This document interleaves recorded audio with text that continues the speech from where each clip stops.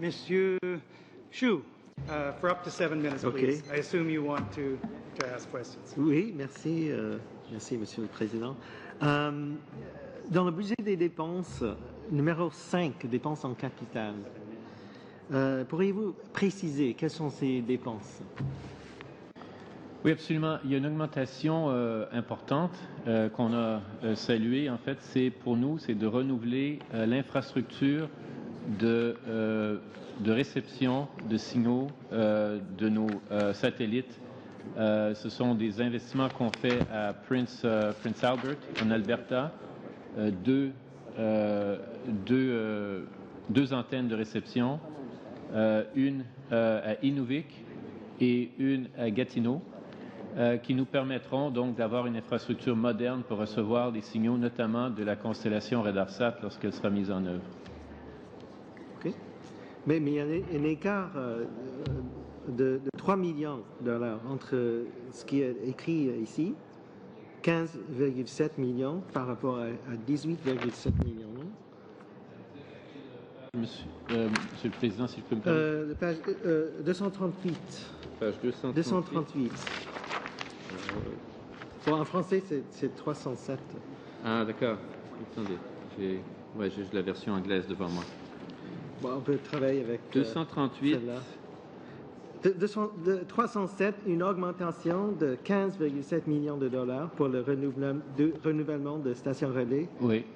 Mais une augmentation de 18,7 millions de dollars des dépenses en capital. Il y a un écart de 3 millions. Oui, il y a donc un autre 3 millions de dépenses en capital. Est-ce que ce serait notamment lié à notre laboratoire de Hamilton? Oui, je pense que oui.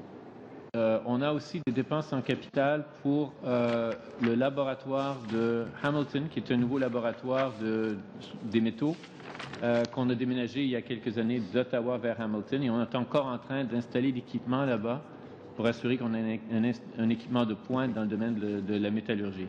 OK, merci. Under the budget for National Energy Board, there's... I guess what I'm wondering about is why is a quasi-judicial regulatory tribunal getting $5.6 million of funding for heightened public awareness? It sounds like advertising to me, to sort of put it gently. Why is a quasi-judicial regulatory tribunal getting money for influencing public opinion? That's what it looks like. Can you maybe clarify that a bit? Monsieur Dupont, yes. Go ahead. And Mr. Chair, this is within the attributions and responsibilities of the National Energy Board, but I do want to take the opportunity to clarify the question, because in fact I asked the same question when I was reviewing the documents. The 5.6 is somewhat, and the way it's characterized is not properly reflecting what's going on. The 5.6 is really around 5, which is really going to actual operations of safety. It's inspections, it's actual work on the ground. And it is really about 600,000 of that amount, which is about kind of explaining this to Canadians, enhancing their website, responding to various kind of inquiries. But the bulk of it, and actually I was asked a question last time I was here, and I was basically, certainly my understanding was that the bulk of this was going to actual safety operations. And so there's a bit of a misnomer there in the documents before you. And be happy to kind of confirm that it would be better still to have the NEB confirm that in writing for you, because that's the explanation that they've given me. Okay, maybe I'll do that at some point. Feel free to not answer this question, because this is something that the minister just said, but I didn't have time to ask him. He said that we have a 99.9996% safety record. So 4 parts out of a million of non-safe transport of oil and gas, I guess. But if you just throw that number out there, it doesn't mean anything. Could you give a precise definition of that percentage? And feel free to say no, because this is something that you didn't bring up. Well, first, because to me it's meaningless. I don't know what it means exactly. So is there a definition of that somewhere? Mr. Chair, witnesses would be delighted if every question was had as a preamble that you can answer or not. And I do not know exactly, but I would imagine that it is really taking the volume of crude that is transported through pipelines over time and looking at whatever might have happened in terms of spills and then relating it back to that total volume. That said, I think it's a valid question that I would rather answer more scientifically and with better kind of evidence. And I'm happy to undertake to get an answer for you. Okay, and I because I think it needs to be defined, because if 4 parts out of a million of radiation produced in a reactor escape, maybe that might not be acceptable as 4 barrels out of every million barrels of oil getting spilled.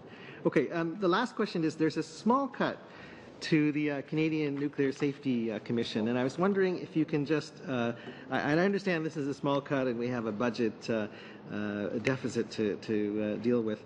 Can you just tell me what is exactly going to be cut, or exactly where the cuts are going to be made?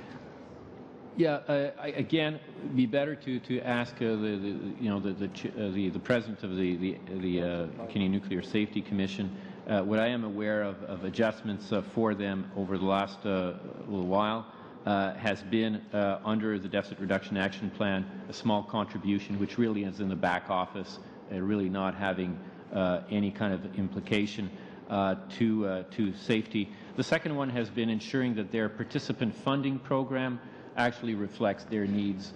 That is a program whereby funding is provided to certain groups that want to participate in certain hearings, and you ensure that that funding is aligned to needs and to expressed interests.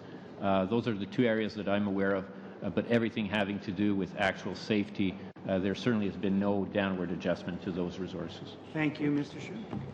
We go now to the